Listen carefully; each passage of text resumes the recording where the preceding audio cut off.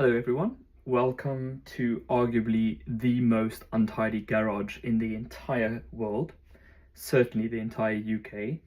And I suppose it's a rather strange place to kick off this channel and have a first video, which truly is about ordinary gardening, being an ordinary person, and the idea is to make everyone who wants to garden, everyone who feels that they have an interest or a passion in it, but might be slightly overwhelmed by the prospect of gardening and all the various techniques and methods and finer details that are involved with it.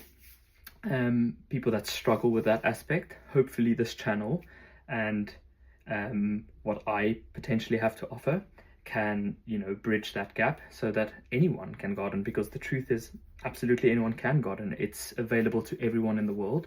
It should be enjoyed by all ages and all types of people, because it is just an amazing hobby, and I completely empathize and understand why it would be seen as this intimidating task. But once you break it down and sort of just get stuck and get going with it, it becomes really enjoyable. So today I'm not going to talk very much. I'm stood in this, like I said, very untidy garage, and basically it's a good place to start because I don't think the setting can get any worse than it is here. This is probably the most undesirable setting to start a video, but here I am. And so today I wanted to show you one thing, and this is this lovely indoor orchid. I've had it for about 3 years now. When I bought it, it was flowering.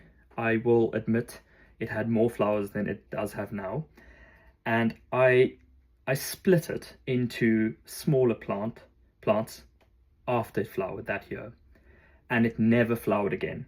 Now this is an Oncidium or Oncidium.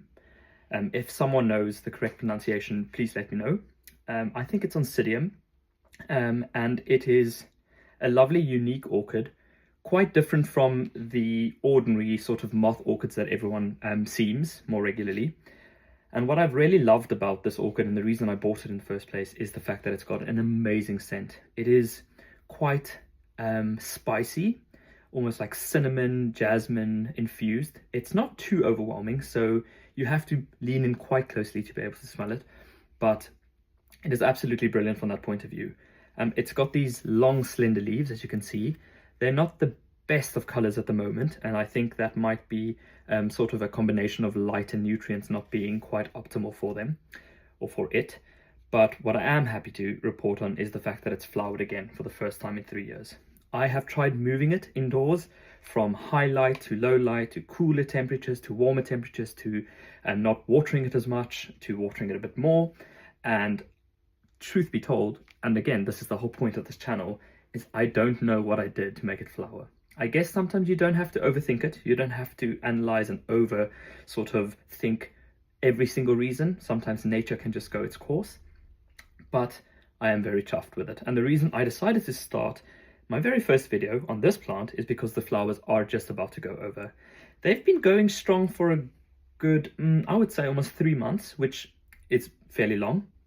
Probably they could have gone longer if I had known exactly what to do. But as a start, I'm pretty happy with it. You can see this is what it looks like. And this particular plant had some scent, not overwhelming, but I was just very thrilled to get it going. So generally, my advice would be on all orchids and sort of plants of this nature. This label's completely wrong. As you can see, it says something completely else.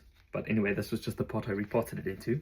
So this specific type of plant enjoys a barky mixture, so that it allows water to go through freely, and it would like to get some moisture and some water to the roots, but once it's been watered, it really does need to drain out completely, because I think the main thing that kills plants like this is the tendency to overwater and to let it stand in water, and that just causes root rot. So I don't water too generously in the winter months. It's now winter here in the UK, late November.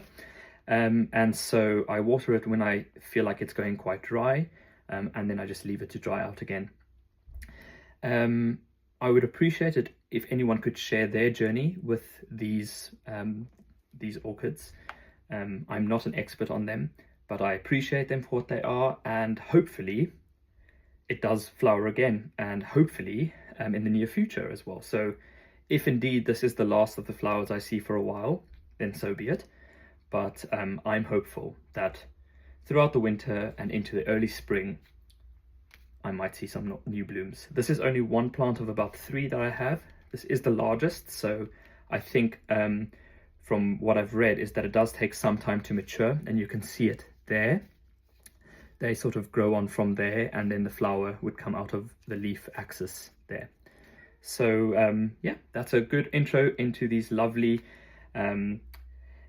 orchids, like I said, Oncidium or Oncidium.